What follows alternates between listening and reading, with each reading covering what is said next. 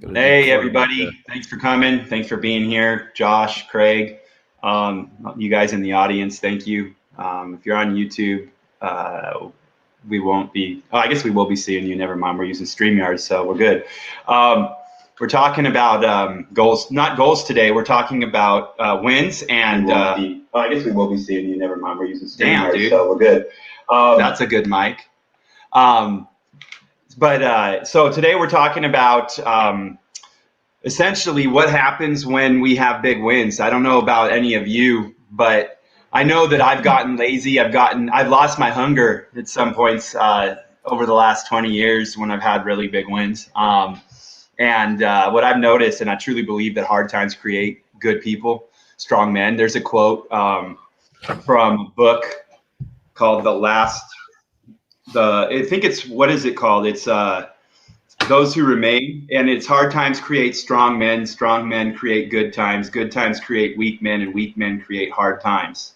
So I actually truly believe this, and what I have noticed, and I've seen this in a couple different places where I've read some different books, but we have 80-year cycles in our society, in our world, where we are going to have a good time and it's going to go up for a while and it's going to go down for a while, and it's an 80-year cycle where it flips back and forth, and we're in the middle of a downswing right now. And I couldn't figure out why the 90s seemed so much more accepting. Yeah, now in society we see everyone's accepting of all these alt cultures, which I'm not saying is a bad thing, but even though that society is pushing all of that, it feels like the 90s were actually truly more accepting of people than what we have now, and everyone is so fucking divided and it's so divisive right now that it's more of an illusion of what's going on. So on that note, it makes me think of, like, I had one win in 2008 where I thought I was going to retire, and I kind of I stopped working for a couple of years. And it went really well until it didn't go well anymore, and I had to start hustling and working again, right?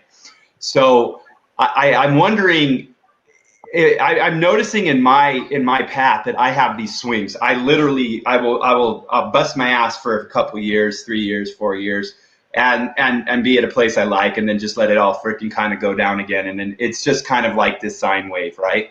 So is that the case for all of you? I mean, I'm interested, because that's me. Have you seen that? Have you had wins that kept you, like, not hungry? I mean, really, to me, it's about hunger. Like, if I need to eat, I can make money really fucking quick.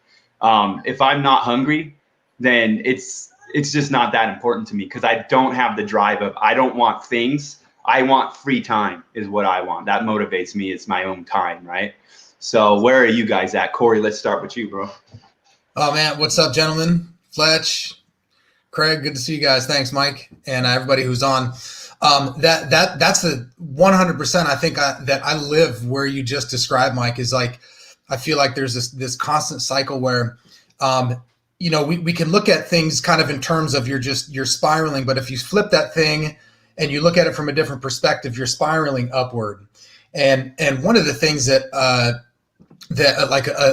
I hold to, and say to myself over and over is that I need to shoot the yesterday's version of this guy in the face every day, because he's not done anything good for me. This sedated version of a man who gets comfortable and just ends up making the same mistakes over and over is unacceptable. At some level, and this probably is, the reason some guys and some of my friends will go out and they'll buy like a Tesla, or put down payment on something huge and have this giant payment, even though they're not making the money that they can, just so they'll have to go out and work harder for it. But I think there's a better way. Just, when you pull the grenade or the pin out of a grenade, you're not just thinking about throwing that thing. You're fully committed. You're fully committed to launching that and getting that thing as far away from you, because you're getting ready to blow something up. And I feel like I live there. Like what you talked about, Mike. We have these great wins in our industry. And you can sit back and rest on your laurels, and you think that, you're running around like a mini mogul thinking that you've made it. And then And then sometimes the carpet will get pulled out right from underneath you. And have you changed as a man because you've made it? No. It has. I think it has to come from something like that's deeper inside of you and with a commitment to continue that upward spiral and that upward trend to where every day when I get up, I have to approach the world as opportunity. We're not all given the equal portions of anything, but we're given the equal opportunity to pursue something good every single day. So I like what you said, Mike, is like, you're sometimes you just, you take it easy because you've had it good. And then you're like, shoot, I need to make some money. You can go and scratch, make 15 cents, make $1 out of 15 cents. And then, yeah, exactly. Yeah. And then you're just back in the same thing. So my goal and really what I'm committing to, man, is not just the money thing though. I mean, money obviously follows good hard work. I mean, I think every dollar is a certificate of appreciation from the work that you do for clients or anybody else. But besides the money, like, what kind of a man are you to your wife, and what kind of a man are you to your kids, and how are you showing up in other areas of your business? Priorities, man. And I'll tell you, Fletch, like, my writing changed after last week, bro. I started thinking of my goals as priorities. So, dude, like, straight up, like, I still call them goals, but honestly, like, I never put that into my writing. I never put that into my self-evaluation. Priorities. It just wasn't a word that I was using in my dialogue with myself, right? And now that I did, like, I'm noticing the conversations I'm having with my wife. I'm noticing what I'm writing, that they're turning into priorities, man. You shifted a little bit of a mindset for me last week. So I was a little bit of a contrarian last week with that, but that's cool. Yeah, no, it's all, it's all good. We all have different ways. And the thing is, we have different language we use to describe concepts. And so, Tony Robbins, I think, describes it as values, but he uses values, right? There's some, depends on what it really means. And being able to think clearly requires you to not conflate words over time, right? And so, whatever word you're using, just make sure that you don't wind up meaning something different with it in a different context or in a different situation. But yeah, it's one of the reasons why, like, goals for me, like, there's a goal, but it's like, a goal is a finish line, right? So if you're running a race, you can have a goal to finish that race, but then that goal goes away, right? And so like, we talked kind of about money and success. I have a goal of being done needing money from other people. That can be a proper goal, because when you're done with it, you're done with it. That's really interesting, because I do see it that way. And I realize that my goals I set for myself that have enabled me to kind of run this operating system that works my day to day for me are a finish line goal. Like, they are when I'm dead, dude. And they define my priority. I want mine to go past when I'm dead. You do. However, realistically, who do we remember from history, right? Like, once we're dead, we're fucking gone, dude. Like, honestly, no one's going to remember who I am. But but I want to pass stuff down to my children. Well, I get that. No, absolutely. That's a good point. That is it, because there's a lot in the generational stuff. And I actually, I talk to my wife about it all the time, about, what we're going to leave to the kids, what the kids are going to have, what business is going to be there for them down there. But what I'm noticing is, like, Tony Robbins and values, like, the goals are defining my values and my priorities for sure. Now, what I've noticed now that I'm thinking about it is, because of those long-term goals, my priorities now are into my death and after my death, which I've always been a very here and now, which has given me, like, a confidence that I can always go forward and do whatever I want, to a fucking flaw, because I think I can do anything in the freaking world, which probably will end up killing me one day. But let's go skydiving, Mike. Right? Without one. Yeah, exactly. I can be your parachute. No doubt, dude. No doubt. But I mean, it's allowed me, and I think this is where I figured out how to stay hungry, is that goal means that my priority needs to be continuing to make money, because money ain't enough for me to retire and go to sleep. That's not enough money for my kids. That's not enough money for their kids. That's not an estate for my family, right? So what I've noticed is that this goal of the end of the life, and as Brad said, beyond the end of the life, is what has allowed me to actually continue to stay hungry, and for a longer period than I ever had in the past, right? How, like, Fletch, do you have a way that do you stay hungry all the time, dude? Like, Well, sometimes I do a lot of fasting, so and Intermittent it's kind or of like weird, long term? but it's interesting to put yourself in a situation where, like when I fast, it's water only fast, and I also like minimize, if not completely eliminate media, and it's kind of weird when you put those yourself in a what would normally be called like a deprived state, how much more clearly you can see some of the things that are important and how much easier it is to feel like you're already living well. I say well enough, meaning I'm not going to die, right, from that stuff. And so you can start to then, like for me, my experience with those has been those priorities are much easier to keep in line because, the time I spend with my kids or with my wife or maintaining my health, right? Like, like having a goal for health is kind of like, well, like you hit it and then you can come back off of it. Like having a goal for making 10,000 a month, you can make 10,000 a month, you can come down under it. You can make 100,000 a month, you can come down under 1,000 a month. Like it can kind of go all over the place. And so for me, one of the things about like staying hungry is really about making sure that I don't lose sight of those priorities. Mm-hmm. And those priorities can keep me aligned in such a way where I realize, hey, I'm spending time right now on things that are not really helpful. They're not in line with my priorities. I got stuck working on this goal, this kind of short-term goal, much more than the priority would have indicated I should. And so, for me, I tend to do a couple days of a fast every week, and then kind of a longer one, maybe once a quarter. I do it in the And first weekend, the first Sunday of every month I fast. So I totally get it. I shut pretty much everything down and I don't eat. I drink water and that's about it, yeah, It is what's interesting is we're talking about hard times creating great men. Stefan Arnio wrote a book called Hard Times Create Great Men. I got that book on your recommendation. Yep. Dude, it's freaking awesome. He went on a 30-day fast, came out. He left 3 or 4 or 5 women because he was living the pickup artist lifestyle, right? He left 4 or 5 women.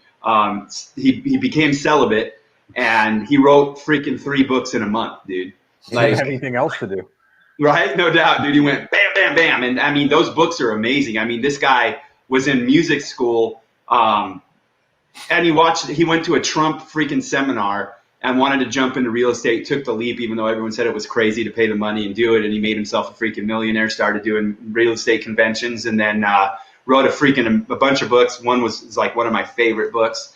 And then got cancer, wrote a book about refusing chemotherapy and died, dude. Like he did what he wanted to do. He left a freaking legacy. People are going to remember this dude for some amount of time, Brad, like you said, but I know what you were talking about though. But I wasn't talking about people remembering me. I was just talking. No, I know. I'm just fucking with you, dude. Yeah.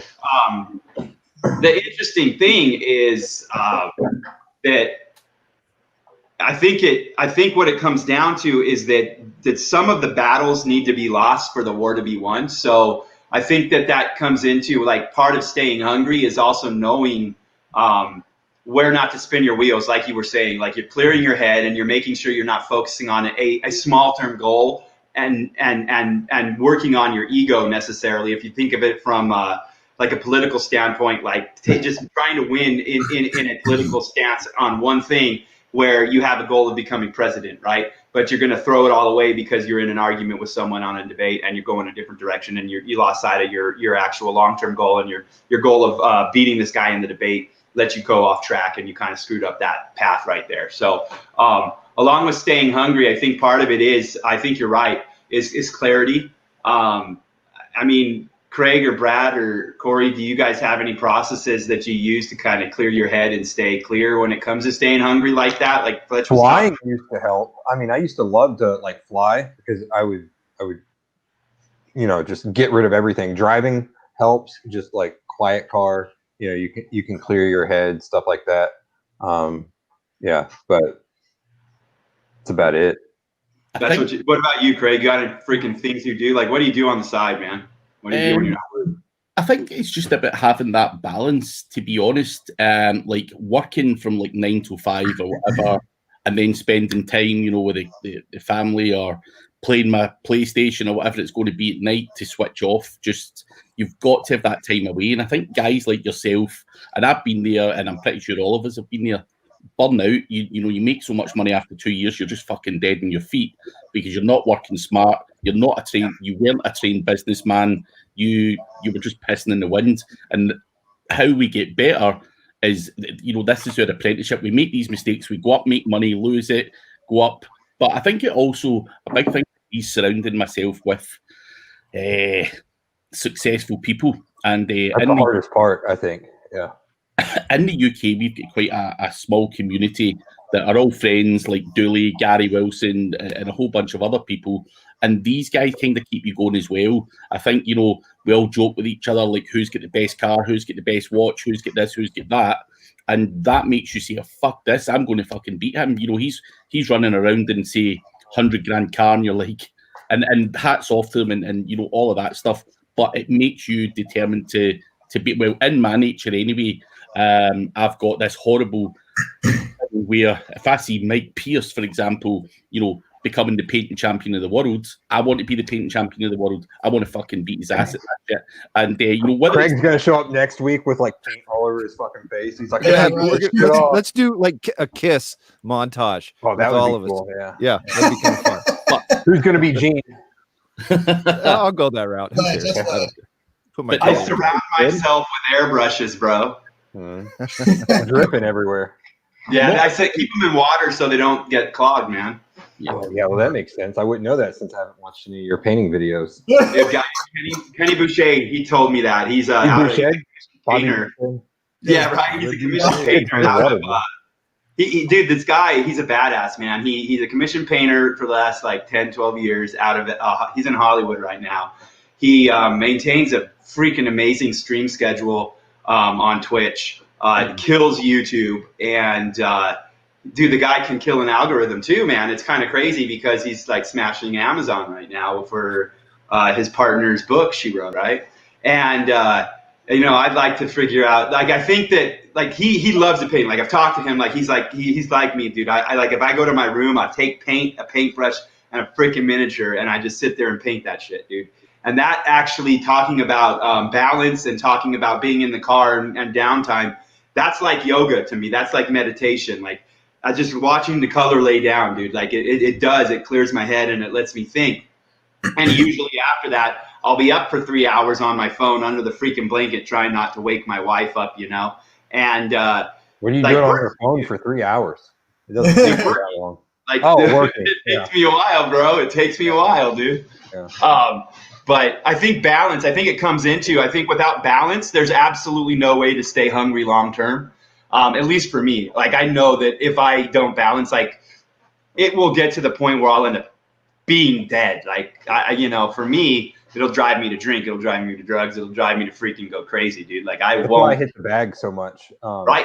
I don't really, like, you don't think about anything while you're doing that. It's not like where I'm going out and I'm clearing my head and I can really start to think. Like when you're hitting the bag, you can't really think about that. Or when you're sparring someone, you can't really think about that. But you're not thinking about anything else either. So then you get out that frustration, and then you can be clear later. One is like like music or anything else. I have music and biking and hanging out with the kids, but drawing sharks. Yeah, but because this was the classroom for like months and months, and now they're in here sometimes for a couple hours a day, sitting right behind me in the classroom. Man, that's right. I'm in the office right now, so I feel you. Yeah, exactly. Never hesitate to represent the 408.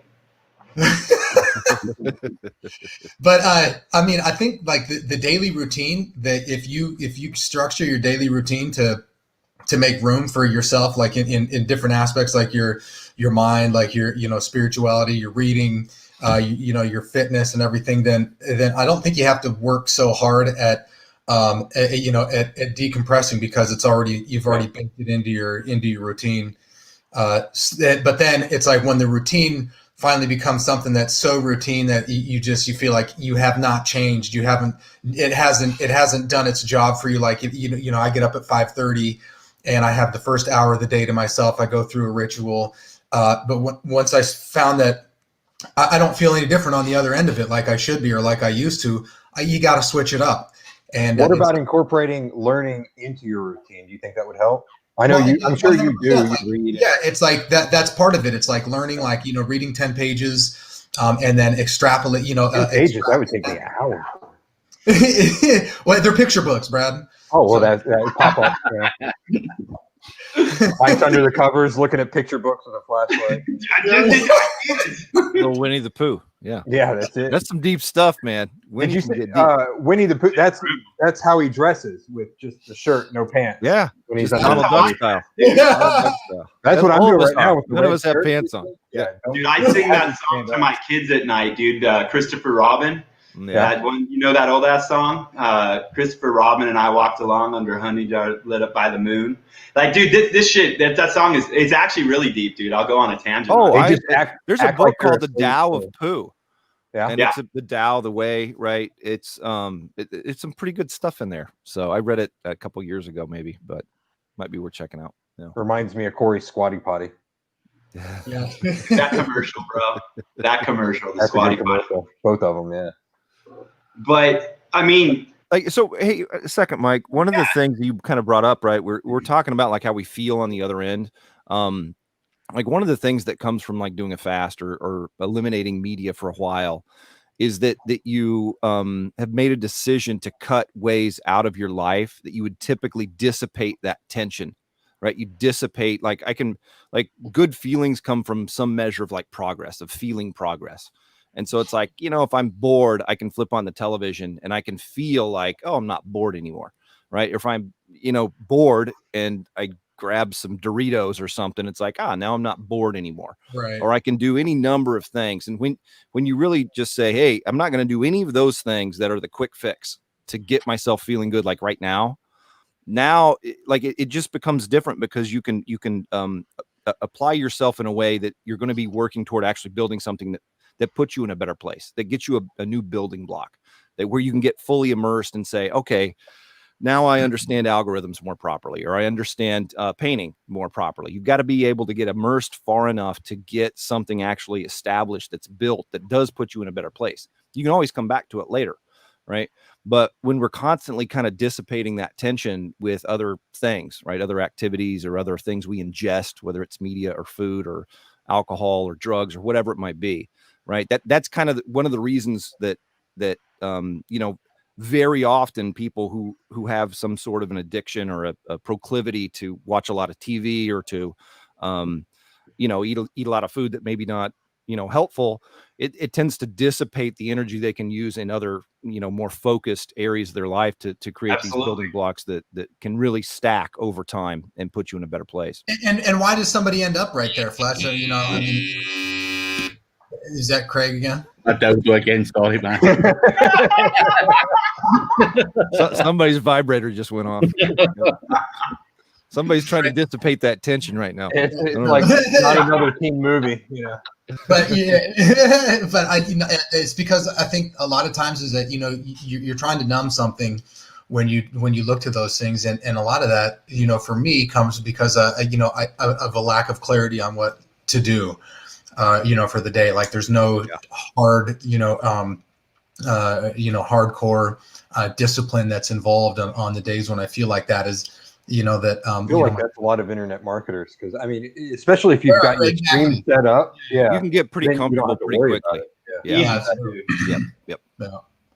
no, it's like the other day. I like when I see it. I asked Craig, I'm like, "You coming over this way?" And he's like, "No, I got to go out with the kid." And that's the right freaking answer, dude. Like, I was thinking about it. I told my wife. I realized that almost everything that it comes in life right now. I've got a 5-year-old son, and if he comes out and he looks at me like he wants to do something, there's almost nothing more important than him wanting to freaking go do something with me right now. It's almost nothing in the world that could happen that.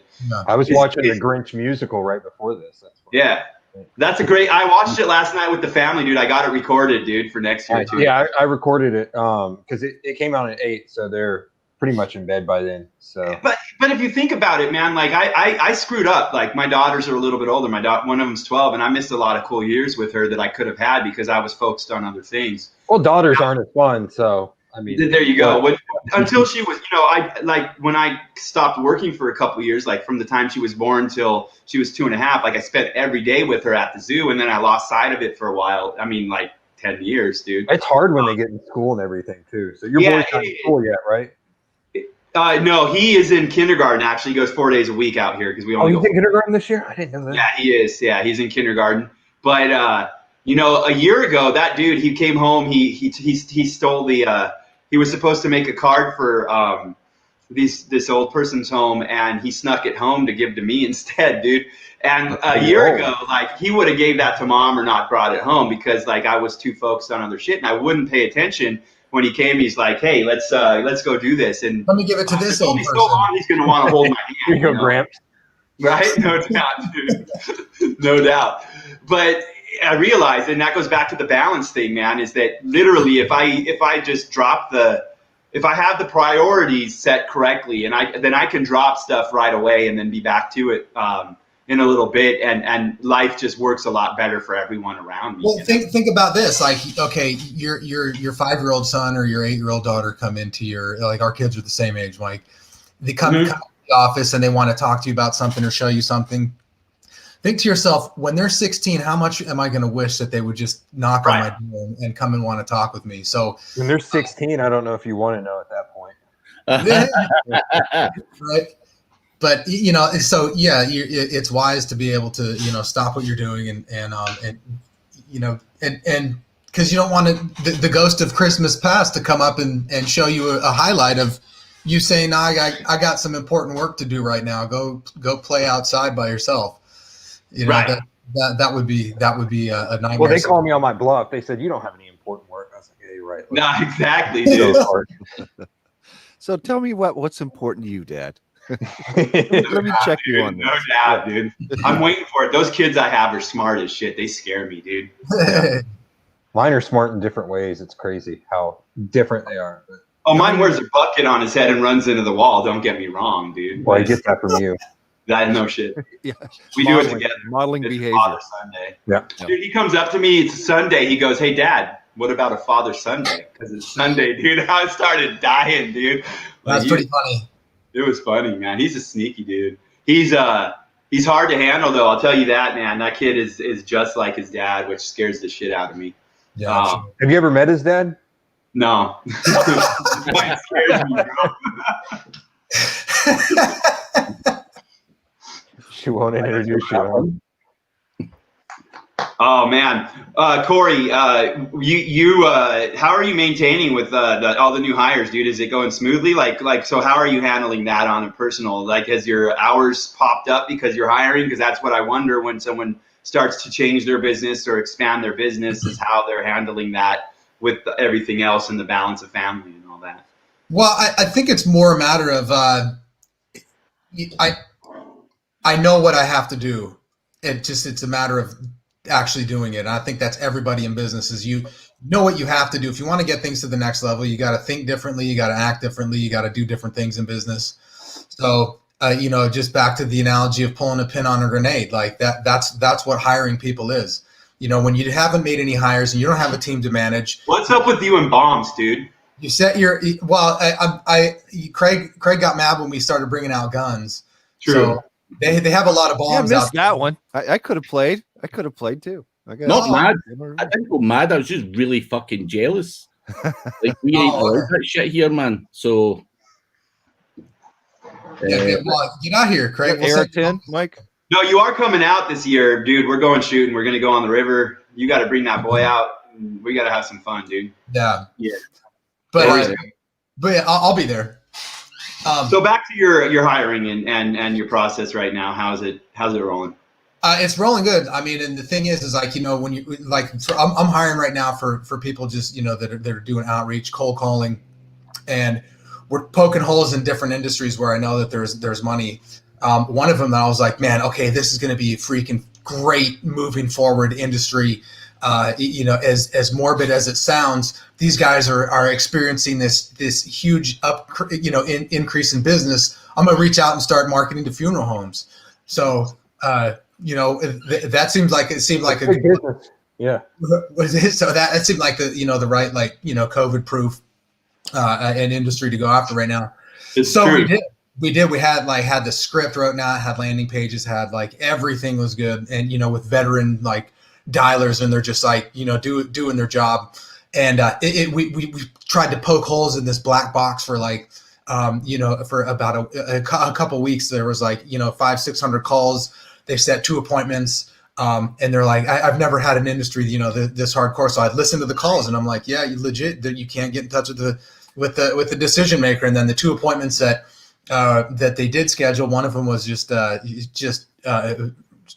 somebody I would never want to work with, and then the other one. The problem with funeral homes and like any industry that receives an influx of, I guess, demand for their product is, I found they don't need you. They've got so much business, and especially with funeral homes, you're going to have like the guy that it's like 3rd generation. It's been passed down. He's pretty much, he lives there. He's doing all the work himself, aside from like the guys driving the bodies around and stuff, or going to pick them up and stuff. But even that guy will go pick up the bodies and stuff like that. So he's kind of can't see the forest for the trees. He can't expand anymore because he's got all this excess demand that's coming in. He's so busy. So I could imagine that would be a tough industry to break into. Well, the way I would do that, the way I would go about that is look for the schools and contact the schools that are training the morticians and get the new morticians and start trying to work with them as they come up. Yeah, someone's starting a new, is it called a practice, a new facility, whatever you would call that? It's called a, I don't know, it's something scary, dude. I can imagine. There's some weird ass name for it that they use in dark robes and in dark rooms. Yeah, Kelsey's brother worked in a funeral home for a while, so I'm sure. My uncle does. That's what he does. He sells caskets for a living. He talked about doing that for a little bit. So now I just have him do SEO on the side. So. Yeah, nice. But yeah, so that comes with its own frustrations when you're hiring people. So then, realizing, okay, this one doesn't work. We need to make a pivot. So then it's, pulling the list, it's getting the softwares and everything, right? Getting all the integrations put together, and then cutting them loose on another industry. So, it's just, I mean, the opportunity is a lot more. It is really like it doesn't compare to the opportunity that I could generate just for myself and on my own efforts. So, but the work that's involved is completely different. It's letting go of certain things. It's trusting. It's having the good and the right intentions moving forward, and then just trusting that things are gonna fall into place. And you hit roadblocks just like in anything else. When you start, I think Craig mentioned last time we talked that you hit this 8 or 10 year mark in business for yourself, and you realize, man, I'm basically doing the same stuff I was like 5-6 years ago. I'm getting pretty much the same results. Something has got to change. And when you get to insanity, bro, I mean, straight up, Well, I mean, not if you're comfortable with the results. You're just like, yeah, this is good, and then you're like, I'd like to change things around, make a little more money, but then you're not willing to put the work in to do it. You're going to have the same. But when you really commit to it, it's a paradigm shift in how you think about, how you think about business and how you kind of how you frame things and really, I think ultimately how you think about life. Like my efforts, I want to do better based on the efforts of people who are better at what they do than I am, and reward them at the same time. So it's just making that switch show, making a pivot and handing some things off that are going to impact the bottom line. I'm not saying that the first hire that I made was I want somebody who's a graphic designer and a web designer and people who are just going to be doing things that don't necessarily impact the bottom line. Which is one of the areas I've seen agencies get in trouble is you pack the house with content writers and all these other things before you get out a single client. I have seen that. Yeah. And they spend way too much money on overhead, not just staffing, but, they've got to have the nicest building, the nicest, pissing contest, like Craig was talking about a second ago, nicest everything. And then you're done before you started when you crush yourself like that. Yeah. But then it also it helps you in your change as a human, as a man, because now you're investing in people who are looking to you for answers, and now you have been given permission professionally to speak into somebody's life and help them better their career. So that's another. Yeah, that scares the shit out of me. I don't like doing that. So I love it, man. Yeah. So hey, I'll talk you up. I'll talk you up into doing stuff like that. Yeah, I mean, hiring people and having someone else's family essentially under my care is the part that is the scary part. Yeah, and that is to be approached with fear and trembling. And again, that's the pulling the pin out of the grenade. And then you're fully committed. And you have to make it happen. It's like burning the boats.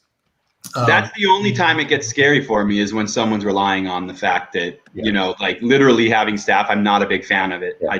I don't mind students and everything. Like that's kind of like they're essentially on their own. Like I can show them everything I know and they can apply it and make money. If they don't, then I'm like, no sweat off my balls because, they had. So let's contrast that a little bit, right? Like what's the difference really between because we've all kind of done courses or been involved with courses and things like that. So you're teaching versus saying you fit into this system, right? But you still want to give people enough kind of leeway to be able to see things that you haven't seen yet and be able to change. So how do you guys kind of differentiate those two elements in the way you run your operations?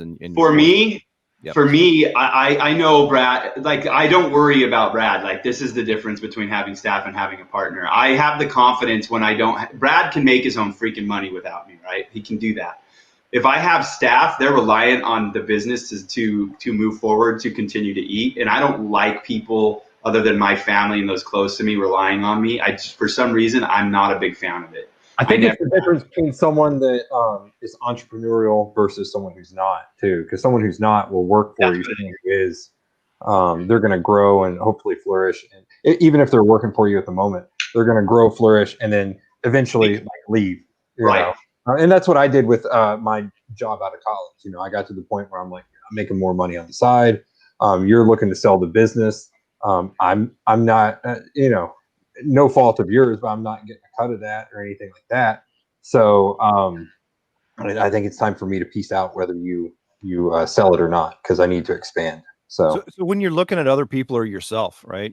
Like what are the qualities that make someone entrepreneurial versus maybe better suited to being able to step in and do a job, right? It's just being tied to a paycheck. Some people feel a lot more comfortable being tied to that steady paycheck. I think it'd be very hard to not be more comfortable if you knew money was coming in all the time. That's kind of one of the goals I want to get to. When you've got all the money coming in that you ever need, and it's kind of there in a kind of guaranteed or very safe way, then that lets you kind of shift and not have that goal really anymore of like being done with money forever. That kind of goes away, right? Some people I think maybe never get there, right? In kind of understanding that. And I think the kind of academic path, which is one that I was on for a very long time. I was in grad school, 3 different places. You went to Harvard, didn't you? Yeah, I went to Harvard for economics and sustainability and some other different things that I studied there. All those words I can't spell. I left quickly enough to before they caught me. But I didn't finish the program, but it was kind of focused in that. Is impressive. And, I think at the time I was really kind of searching for things that I didn't know.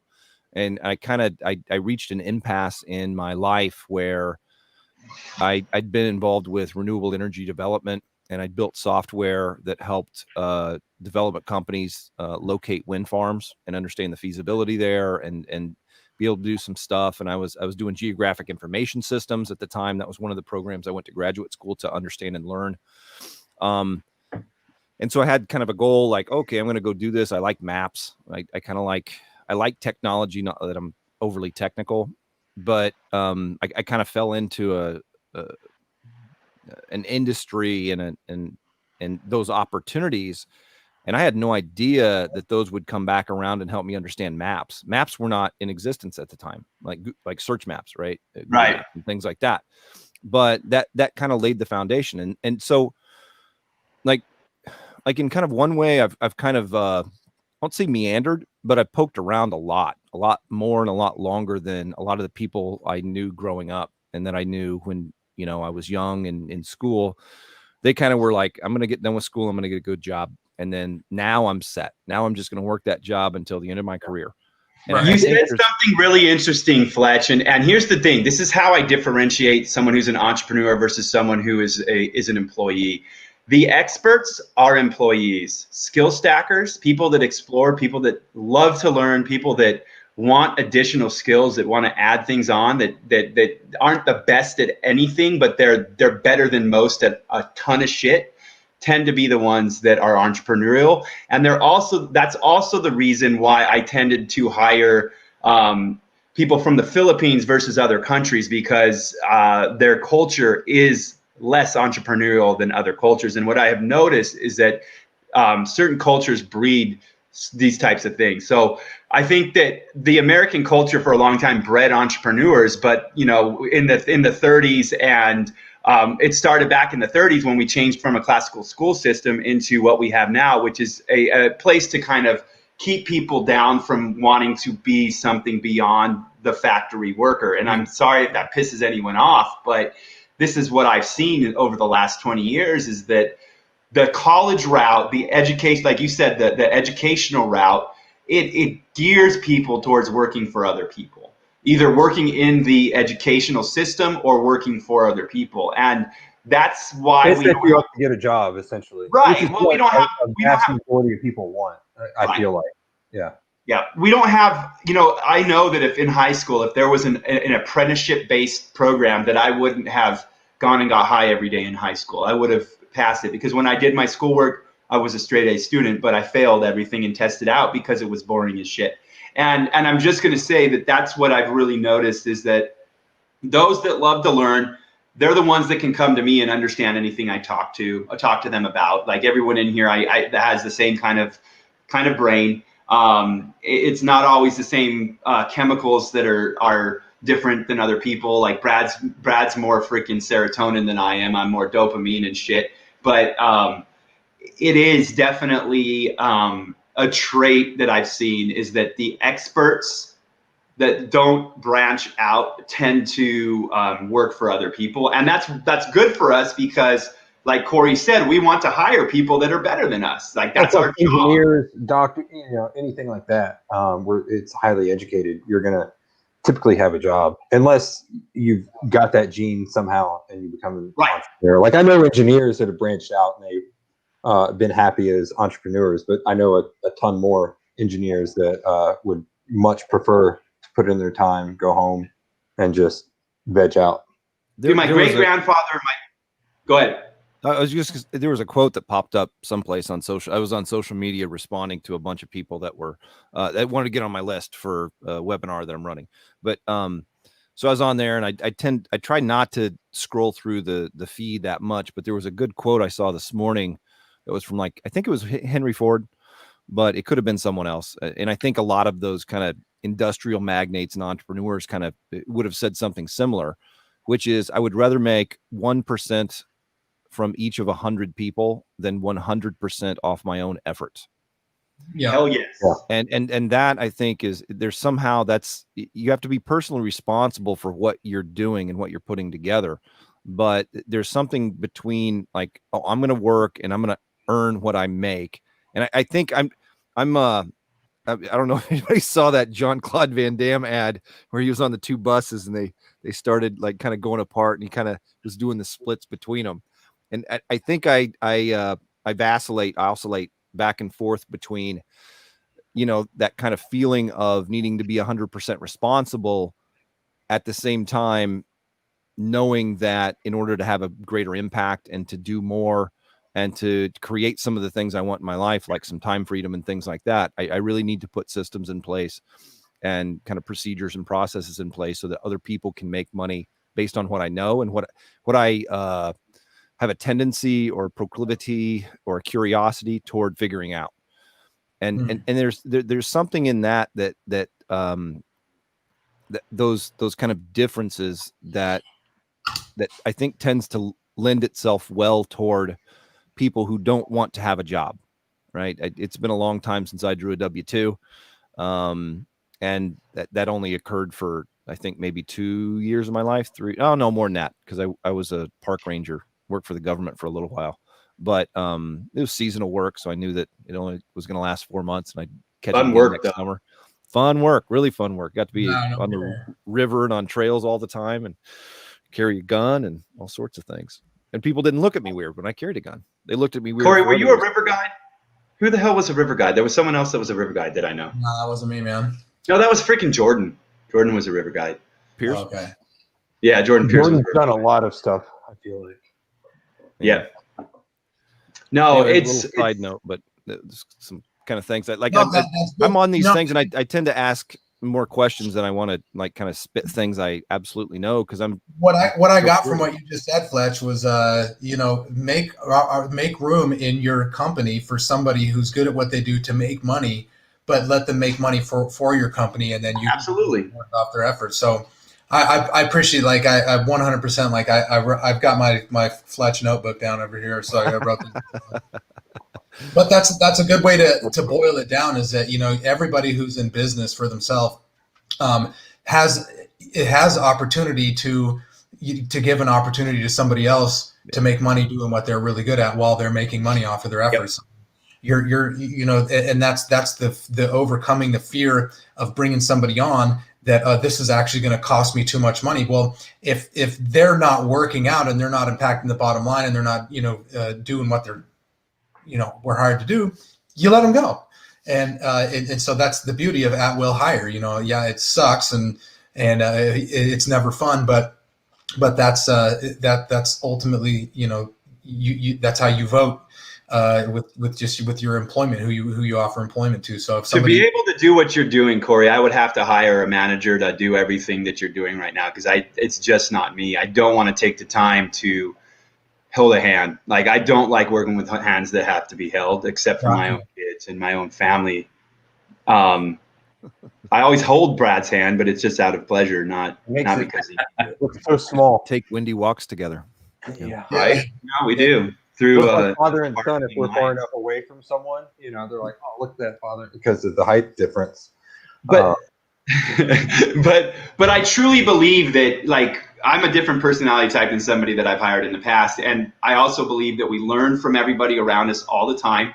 We thrive as humans. We are social animals. We need people that are different than us around us all the time.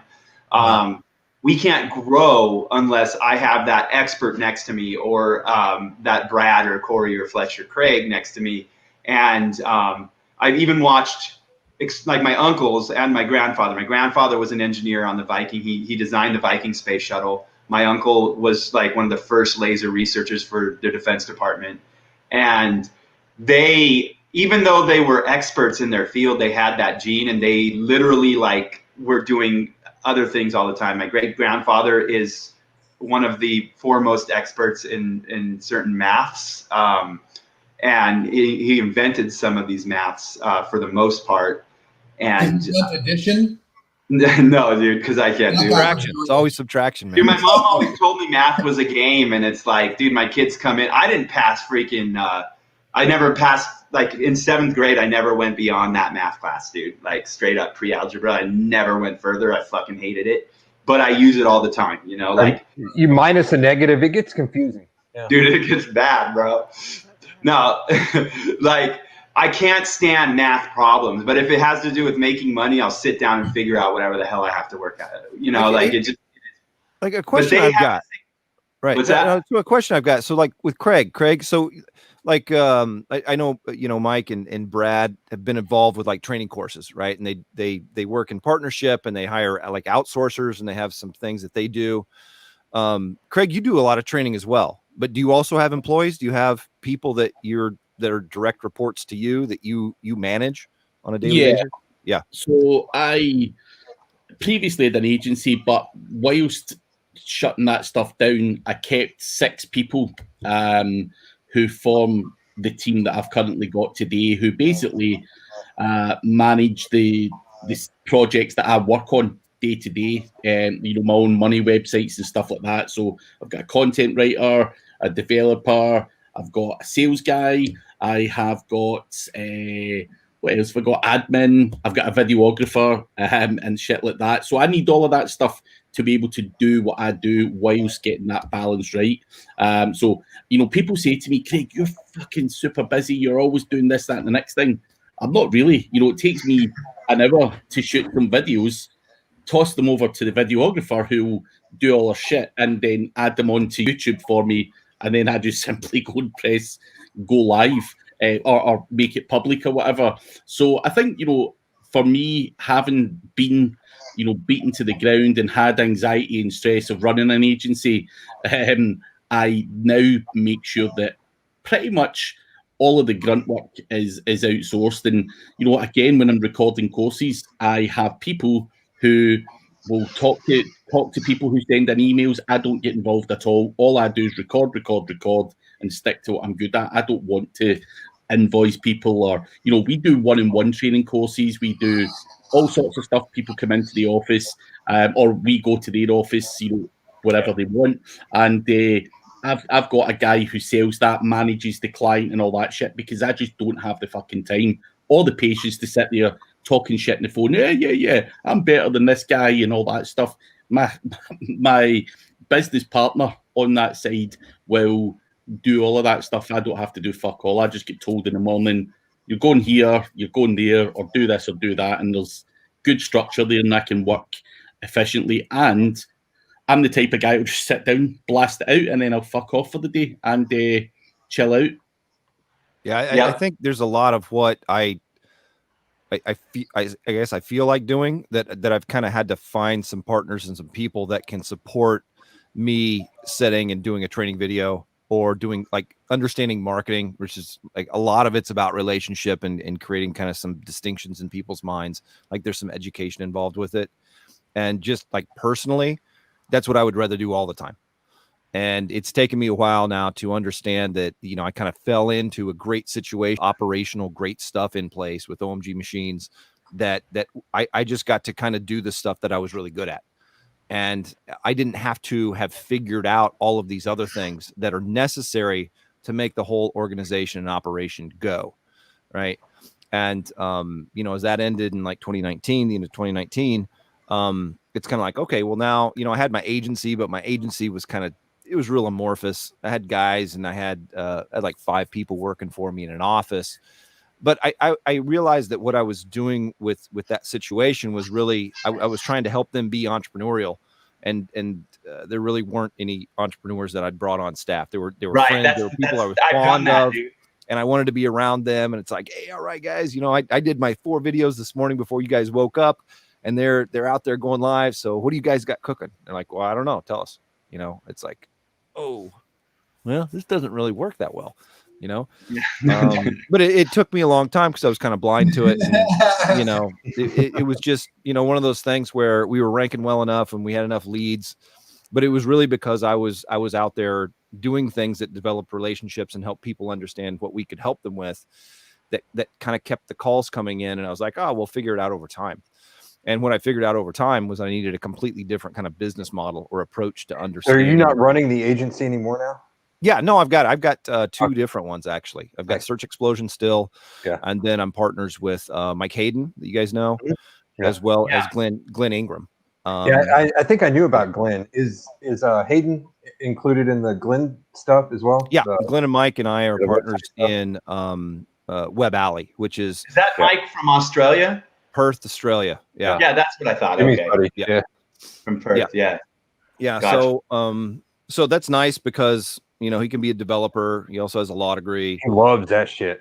Yeah, he just wants to dive in and just work on websites and get stuff done right. Very good. Yeah, and he doesn't want to have to walk around videos in the neighborhood and do, you know, a lot of training and this and that. He can handle some, but, you know, that's not really the piece that he's drawn to doing. And I want the phone to be ringing all the time and not have to answer it myself. That's the piece I want to. The dream, bro. The dream. Right? I know, right? I'm still trying. I'm working at understanding the different things I need to put in place so that can be the reality, right? I don't know how many SEOs have come to me and mentioned setting up with that same dream.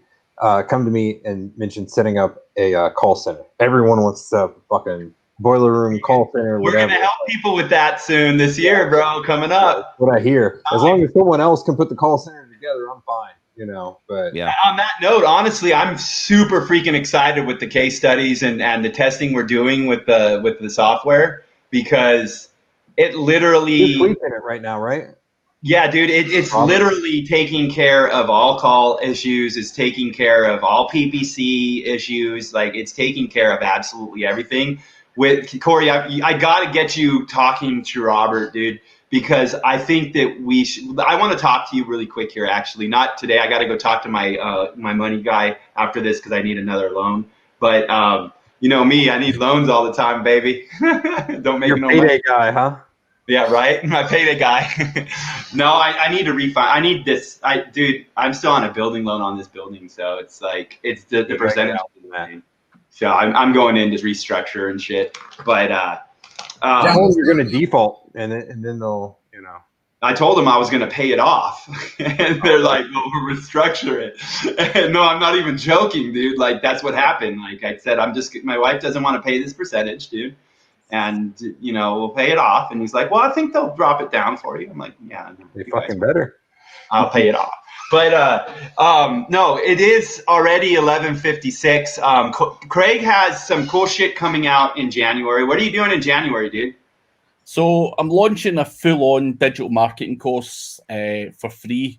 It's going to be basic SEO, advanced SEO, black hat shit, affiliate marketing, email marketing, YouTube SEO, all the shit for completely free, all over the shoulder videos, basically showing you the tools and everything else that I use, and just goes quite granular in terms of, I always get all these questions, and people say shit like, what's your process for doing a 301 redirect, for example? And you're like, well, you don't just grab the domain and forward it on. You maybe want to check shit out, populate it up, and see if Google likes that expired domain, see if you can get any rankings, maybe power it up before you do the 301 redirect. So it's just really going granular in everything that we always talk about on a regular basis. And people say that's fucking crazy to give it away all for free, but that's what I would think. The way I see it is it will obviously build my brand. It will get people into a group, and it will help us all help each other, basically, because what I've always wanted to do is automate a lot of because one big thing that I have found that I find quite overwhelming is when you start to talk on these webinars and at events and shit, you get more and more messages day to day. And all I find myself is repeating the same bullshit. People say, well, how did you get into affiliate marketing? So I'd rather just have a place and say, listen, dude, go and fucking read that. And it's all automated, and it keeps people away from me whilst getting my views and my brand up. So it's a way to automate all of the fucking inbox bullshit that I get as well. So Good stuff.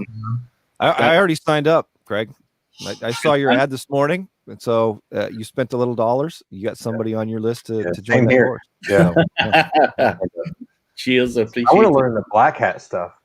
So I did notice that bullet point in your ad. I'm like, let me see what you got going on. Yeah. I always want to be learning, right? It's like I don't think I'm done, right? I'm a result right now of what I know, and then the opposite vectors of the contradictions of things that I believe that are not actually true. Oh, dude, and I so already the more signed of those up for this course, bro. More of those things I can clear up, better off I am, right? I Yeah. think everybody else would be. I mean, after all, Craig, you're like what, number 1 or 2 for as far as SEJ is concerned, or what number? Yeah, I was surprised to see that number 2 most mentioned SEO in social media, right? Yeah. In But they're working on content maturation. No, but straight up though, like it does need to be. There needs to be a place that is trusted where people can go get basic information, because it's not a joke when you do an event, when you teach someone, you end up repeating the same thing. I know Brad does it all the time. I know I do it all the time. It's the same information constantly. I think this year coming is going to be pretty amazing. There's free training for people. We literally have an agency and a box for people this year. And the cool thing about it is it's like, if you want it to be free or really cheap, it can be free or really cheap. If you want to build a full business and make millions of dollars with it, then you can spend like $1,000 a month to do that. So like, I think there's some really cool shit coming that the year is going to, especially with COVID, people being at home, I'm expecting an influx. I'm expecting a lot more questions, a lot more of those basic kind of questions. And I think there's a platform for people now that they can jump into and have those answered and implement the tactics that we're talking about constantly. So I appreciate everyone being. Marketing is going to be huge for 2021 for the next 5-6 years. Like now more than ever, people realize. Hey, time, guys. I mean, honestly, we're going to have a resurgence like crazy of everything we're doing right now. So. Well, we'll see y'all next week. We'll have everyone back who wants to be back. So thanks for watching today, and thanks guys for being here. See you guys. Thanks for being on. See you later. Later.